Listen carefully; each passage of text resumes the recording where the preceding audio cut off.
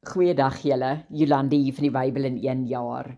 Ons lees vandag saam uit Matteus hoofstuk 24 vanaf vers 15 tot 28.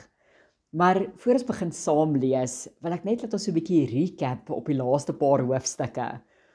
In Matteus 21 het ons Jesus se intog in Jerusalem ingesien, wat die aanvang van Jesus se laaste paar dae op aarde gemerk het.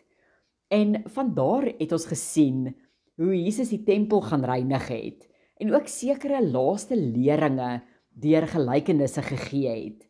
En dan het ons ook gelees hoe Jesus se laaste gesprekke gegaan het of sy laaste vermaanings aan die Fariseërs, die Sadduseërs as ook die skrifgeleerdes. Hoofstuk 24 het begin waar Jesus vertrek vanaf die tempel en na die Olyfberg gaan. En sy disippels dan in 'n skierigheid of dalk selfs 'n vrees het oor wanneer die volëinding van die wêreld gaan gebeur, as ook wat die tekens van die tye sal wees. 'n Sleutel skrifgedeelte om in gedagte te hou wanneer ons hoofstuk 24 en hoofstuk 25 lees, is Matteus 24 vers 3 en dit lees as volg. En toe Jesus op die Olyfberg gaan sit het, kom die disippels alleen na hom en sê, vertel ons, wanneer sal hierdie dinge wees? En wat is die teken van u koms en van die volëinding van die wêreld?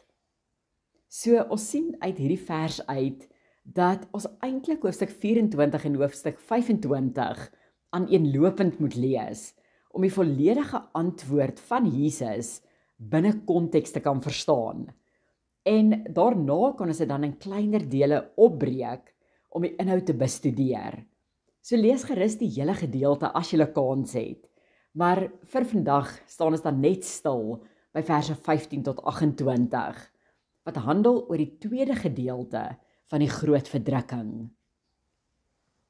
Die mense van die tyd het sekerlik die profetiese boek van Daniël redelik goed geken, maar of hulle dit verstaan het, was natuurlik 'n ander saak. In vers 15 sien ons egter dan Jesus se uitbreiding op sy antwoord oor wanneer hy gaan terugkeer, as ook wanneer ons mense die volëinding van die wêreld te wagte kan wees, deur te verwys na 'n baie spesifieke profesie van Daniël, soos opgeteken staan in Daniël 9 vers 27. Daarmee saam moet ons ook 2 Tessalonisense 2 vers 4 lees, as ons die groter prentjie hiervan wil raak sien. Beide hierdie gedeeltes handel oor die Antichrist en sy werking met die ontheiliging van die tempel, wanneer hy homself bo God gaan verhef en aanbidding van die mense gaan eis. Mens kan dit as niks minder as 'n gruwel beskryf nie. En tog raak die wêreld so geleidelik boser, dat die meeste mense nie eers die tekens gaan raak sien, wanneer dit reg voor hulle oë afspeel nie. Verse 16 tot 20 rig dan 'n waarskuwing oor wat moet gebeur wanneer hierdie tekens op die horison is. Die verwysing na Judea, die Sabbat en mense op hulle huise se dakke sê vir ons dat hier baie spesifiek met die inwoners van Israel gepraat word. En soos wat profesie werk, weet ons dat daar dikwels 'n kort en 'n lang profesie binne 'n enkele profesie is. En so dan ook vir hierdie spesifieke profesie. Met die verwoesting van Jerusalem deur die Romeine in 70 na Christus, is baie Christene se lewens gespaar, juis omdat hulle in die aanloop tot die groot verwoesting gevlug het uit Jerusalem en uit Judea uit. Maar binne die konteks van die volledige profesie wat nog moet uitspeel, gaan daar egter 'n herhaling van hierdie gebeure wees wanneer die Antichrist op die toneel kom. En die gevolge vir die wat die waarskuwing geminag het, gaan veel erger wees as dit wat in 70 na Christus gebeur het.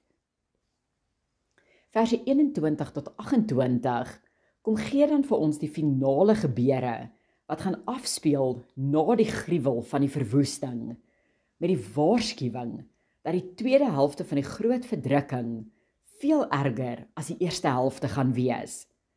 Jesus waarsku dat dit die heel ergste tyd nog in die geskiedenis van die mensdom sal wees. Want wanneer God sy toorn op 'n godverwerpende wêreld gaan uitstort, sal die mense besef wat hulle gedoen het om die rug op hom te keer. Ons lees egter nie gedeeltes soos hierdie om in vrees te begin leef nie, maar eerder om ingelig en selfs bemoedig te wees dat die wêreld soos ons dit nou ken tot 'n einde sal kom. Juis sodat ons wat in Christus is, kan moed hou.